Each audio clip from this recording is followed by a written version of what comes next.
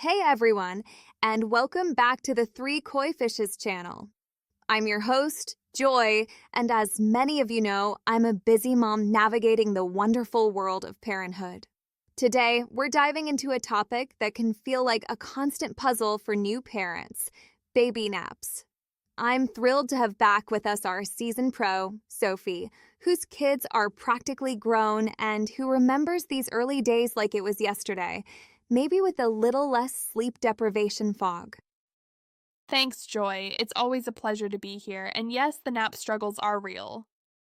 And joining us today is our lovely new mom, Jocelyn. Her little one is still in the thick of nap transitions, so she's got all the burning questions we know many of you have. Hi, everyone. Thanks for having me. Honestly, the whole nap thing feels like a constantly moving target. Just when I think I figured it out, bam, everything changes. Exactly, Jocelyn. And that's why we're here. Let's break down nap schedules by age and offer some guidance. Sophie, let's start at the very beginning, the newborn phase. What can new parents expect in terms of naps? Oh, the newborn days. Think of it less as a rigid schedule and more as following their lead. Newborns typically sleep a lot, around 14 to 17 hours in a 24-hour period, but it's very fragmented.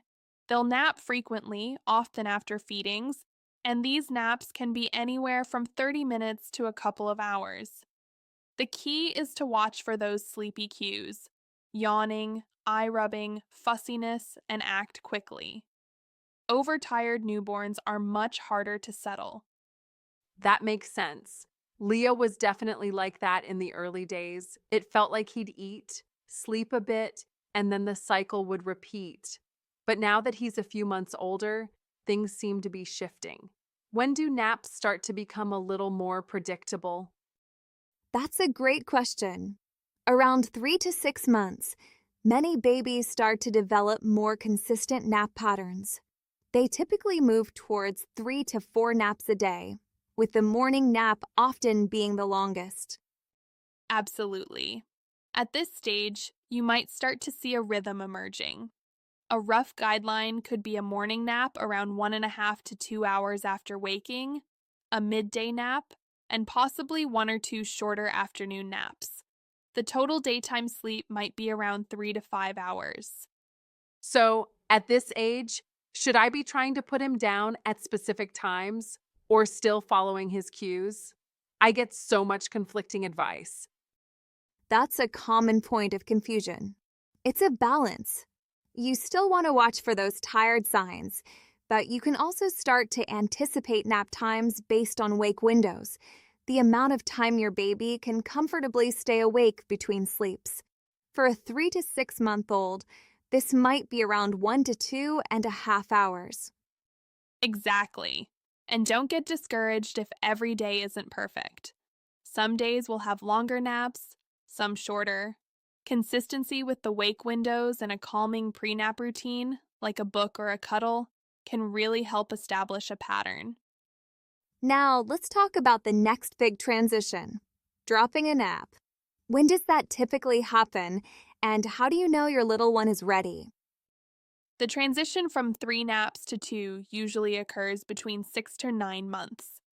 Signs of readiness include consistently short third naps, fighting the third nap altogether, or suddenly having longer stretches of wakefulness between naps. Okay, that sounds familiar. Leo has been really fussy in the late afternoon lately and sometimes skips his last nap entirely.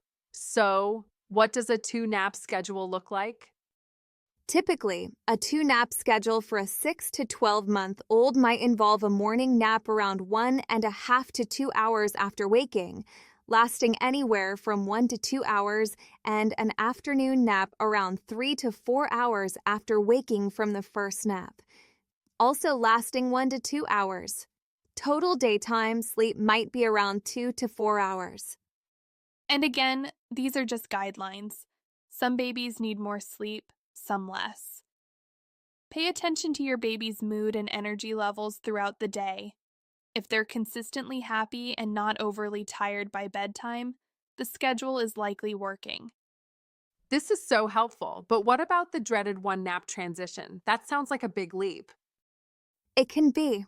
The move from 2 naps to 1 usually happens between 12 to 18 months. Look for signs like consistently refusing the morning nap, shorter morning naps that then interfere with the afternoon nap, or being able to stay awake for longer stretches without getting overly cranky.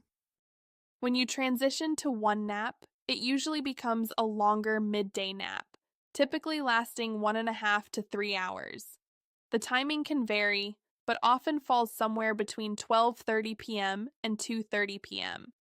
It's important to ensure your toddler is getting enough awake time before this nap so they're genuinely tired. That sounds like a game changer. So after the one nap transition, is that pretty much it until they drop naps altogether? For most toddlers, yes. The 1 nap schedule can last until they are anywhere from 2.5 to 5 years old, although the duration of the nap might gradually shorten over time. The key at this stage is consistency with the timing of that 1 nap. And remember, even if your toddler stops napping, quiet time in their room can still be beneficial for everyone. It gives them a chance to rest and recharge, and gives you a little break too. Absolutely. So, to recap some key takeaways. For newborns, focus on following sleepy cues and frequent, varied naps. Around 3 to 6 months, start to establish a 3 to 4 nap routine based on wake windows, 1 to 2.5 hours. For the 6 to 9 months, transition to 2 naps, with wake windows around 2 to 3 hours. Around 12 to 18 months, transition to 1 longer midday nap. And then maintain the 1 nap schedule until they naturally outgrow it. This has been incredibly helpful. The age ranges and wake window guidelines give me a much clearer framework to work with. Thank you.